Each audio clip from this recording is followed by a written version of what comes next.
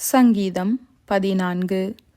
தேவன் இல்லை என்று மதிகெட்டவன் தன் இருதயத்தில் சொல்லிக் கொள்கிறான். அவர்கள் தங்களை கெடுத்து அருவருப்பான கிரியைகளை செய்து வருகிறார்கள். நன்மை செய்கிறவன் ஒருவனும் இல்லை. தேவனை தேடுகிற உணர்வுள்ளவன் உண்டோ என்று பார்க்க கர்த்தர் பரலோகத்திலிருந்து மனுபுத்திரரை கண்ணோக்கினார். எல்லாரும் வழி விலகி ஏகமாய் கெட்டுப்போனார்கள். நன்மை செய்கிறவன் இல்லை, ஒருவனாகிலும் இல்லை. அக்கிரமக்காரரில் ஒருவனுக்கும் அறிவில்லையோ? அப்பத்தை பட்சிக்கிறது போல என் ஜனத்தை பட்சிக்கிறார்களே. அவர்கள் கர்த்தரை தொழுது கொள்கிறதில்லை.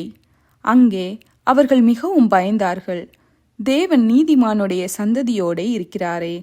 சிறுமைப்பட்டவனுக்கு கர்த்தர் அடைக்கலமாயிருக்கிறார் என்று சொல்லி நீங்கள் அவனுடைய ஆலோசனையை அலட்சியம் பண்ணினீர்கள். சியோனிலிருந்து இஸ்ரவேலுக்கு இரட்சிப்பு வருவதாக.